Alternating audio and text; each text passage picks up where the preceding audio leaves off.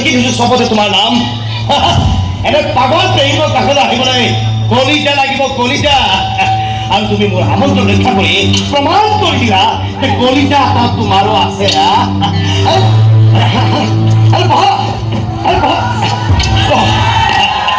আৰাম বাবা আপুনি মোক ইয়ালৈ কিয় মাতিছিলে আৰু আপোনাৰ যি লাগে লৈ লওক না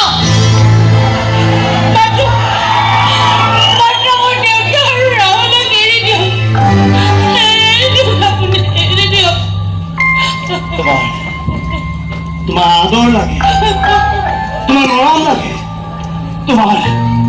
তোমাৰ স্নেহ লাগে মুঠতে তুমি যি দিব নোৱাৰা এই সকলোবোৰ লাগে মোক এই সকলোবোৰ লাগে এই এটা ৰাতি কেৱল তোমাৰ আৰু মাজত কাৰো এণ্টি নাই এটা ৰাতিৰ কাৰণে মই কিমান কি বেয়া কাম কৰিব লগা হৈছে তুমি কি জানা মাক এৰি থৈ আহিব লগা হৈছে পুলিচৰ পিষ্টল কাঢ়ি আনিব লগা হৈছে মোক পাগলৰ দৰে ভাল পাওঁ ময়ূৰীক পছত ভালে কৈছো য'তে যেনেকৈ আছে তেনেকৈ থাকে মই ভাল পালে কিন্তু মোৰ এই পিষ্টলটোৱে কাকো ভাল পাব নাজানে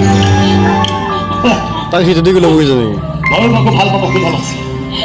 হঠাৎ এদিন মই তোমাক দেখা পালো ভাল পাবলৈ মন গ'ল তোমাৰ ভাল পোৱাৰে নিজকে ভাল মানুহ কৰিবলৈ মন গ'ল ভাল মানুহ হ'ব খোজাটোৱে মোৰ পাপ হ'ল নেকি সৰুৰে পৰা মৰম বিচাৰি হাইৰাণ হৈ গৈছিল তোমাৰ পৰা অলপ মৰম আশা কৰাটোৱেই মোৰ অপৰাধ হ'ল নেকি এই সৰুতে এটা ভুল কৰিলো বুলি আজীৱন মই তাৰ জ্বালা ভুগি থাকিব লাগিব এই বেয়া মানুহ ভাল মানুহ কৰা দায়িত্ব ল'বলৈ এই সমাজখনে কিয় ইমান সংকোচ কৰে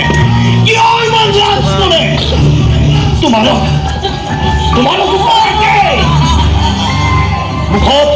মুখত বৰ লেকচাৰ কিন্তু নিজৰ ভাবে দায়িত্ব আহি পৰিলে মাৰ লুটিবা কৰা সেইকাৰণে মই ঠিক কৰিছো মোৰ পিছটোত দুটা গুলি আছে এটা মোৰ আৰু এটা তোমাৰ মইতো মৰিমেই কিন্তু লগত লৈ যাম সেইকাৰণে দাদা তোমাক এৰি যাবলৈ মোৰ বৰ কষ্ট সৰুৰে পৰা জীৱনটোত বহুত কষ্ট কৰিছো মৰাৰ সময়ত অন্তত মই কষ্ট মাতা নহ'লে তই বহুত কষ্ট পাব নহয় মাতা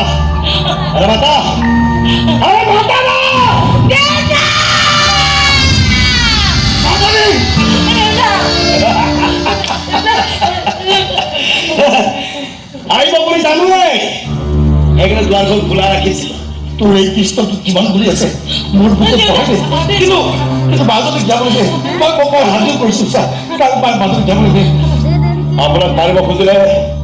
কাৰ প্লাষ্টমে মাৰিব পাৰিবহেঁতেন ৰাহুলক মাৰিব খুজিলে আপোনাৰ ঘৰতে মাৰি থৈ আহিব পাৰিলেহেঁতেন তাতে নামাৰিলে কিয় প্ৰশ্ন দিছ এই কিমান পৰীক্ষা কৰি চালো এই দুনিয়াত কোনোবা এজনে হ'লেও মোক ভাল পাব পাৰে নে নোৱাৰে কোনোবা এজনে হ'লেও মোক মৰম দিব পাৰে নে নোৱাৰে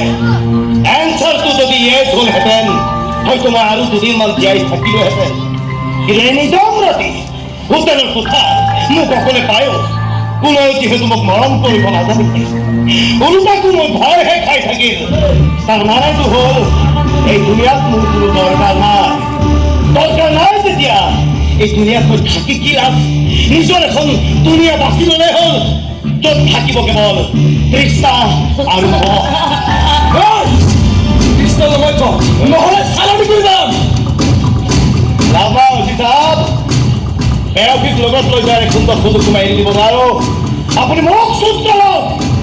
আৰু মই তৃষ্ণা কিমান তুমি আছে মোক কয় দে মাৰ মোক মাৰ চাই আছো যে মাৰ আপোনাক নামাৰো আৰু এজন দেউতাক নামাৰো মই আপুনি আপুনি বহুত ভাল দেউতা সন্তানক ইমান মৰম কৰে নোৱাৰি কৃষ্ণা তোমাৰ দেউতাৰ বুকুখন সোধা কৰিব নোৱাৰি বহুত কষ্ট পাব বহুত কষ্ট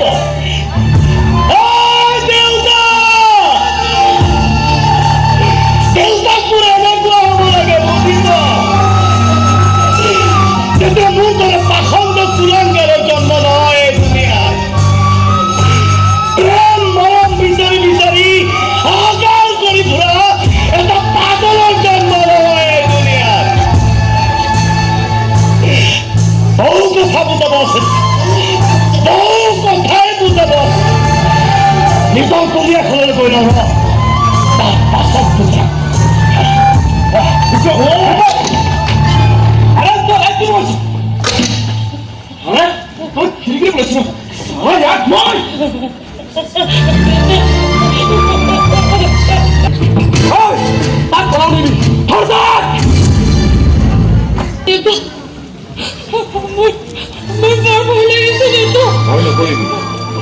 মোৰ যিমানটো বিশ্বাস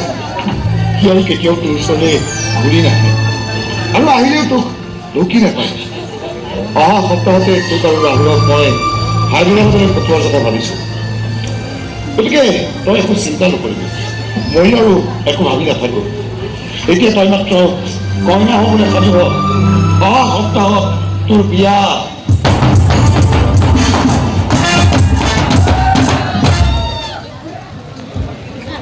হ'ব দিয়ক কাইলৈকে আহিম ঠিক আছে দীপেনকাৰ চাই দেখি মই মানে এই থানাখনৰ পৰা যামগৈ মানে প্ৰমোশ্যন হৈছে গতিকে ট্ৰেন্সফাৰ হৈছে মই এই খানাখনত থাকোঁতে যিমানকেইটা কেছ পাইছোঁ আটাইকেইটা কেছে মই চেটেল কৰিছোঁ মাত্ৰ এটা কেছৰ বাহিৰে আপোনাৰ ল'ৰাৰ কেছ সেই কেছটো চেটেল কৰাটো ইমান এটা জটিল কাম নাছিল গুলিয়াই দিলোঁ হেঁতেন মৰি থাকিলে চাঞ্চো পাইছিলোঁ বহুবাৰ তাক কিন্তু নামানো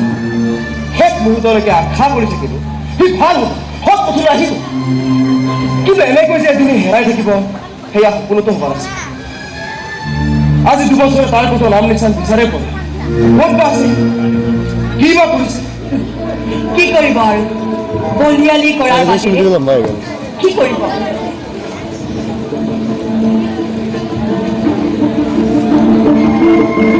হ'লেও ইমান দিন ক'ত লুকাই থাকিব এজন সুস্থ সবল মানুহে নিজকে এনেকৈ লুকাই ৰখাটো সহজ কাম নহয় আজি অমৃত চৌধুৰীক মাতিবলৈ গৈছে জীয়েক জয়েক এতিয়া গুৱাহাটীত চেটেল হৈছে তেওঁলোক এতিয়া এহাল দম্পতি বিপ্লৱৰ কেছটো এটা বেয়া সপোন বুলি সিহঁতে পাহৰি পেলাইছে আজি দুবছৰে একো ঘটা নাই যেতিয়া সিহঁতো নিশ্চিত হৈ গৈছে যে একো নকৰো আহোঁ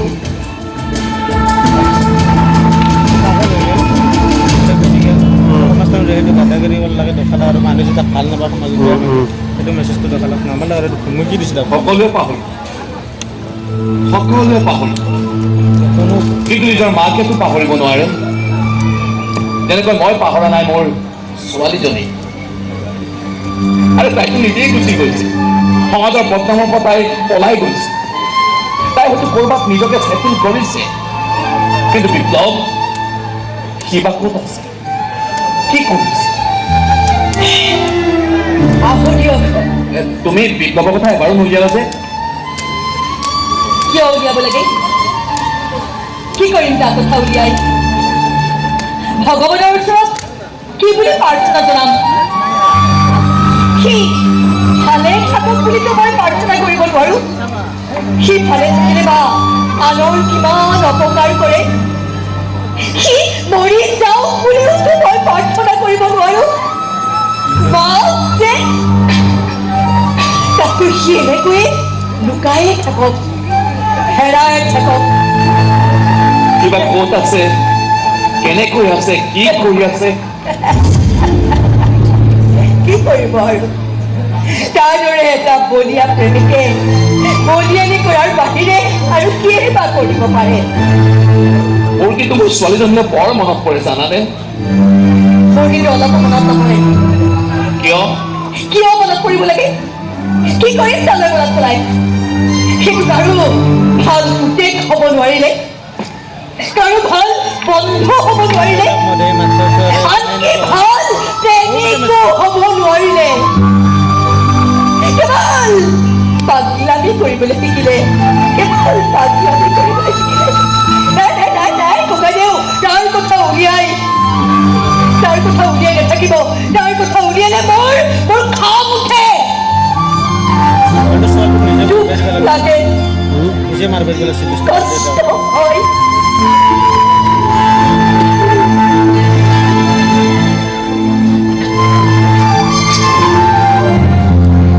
বৰ আচৰিত মাকেজনী, বৰ আচৰিত। বুকু ভৰে কান্দি থাকে, অথচ মুখটো তাই একোৱে নকৰে। কিন্তু এনে এটা দিন আহিব যিদিনা বিপ্লৱ পোহৰলৈ আহিব, সদায়তো সি লুকাই থাকিব নোৱাৰে।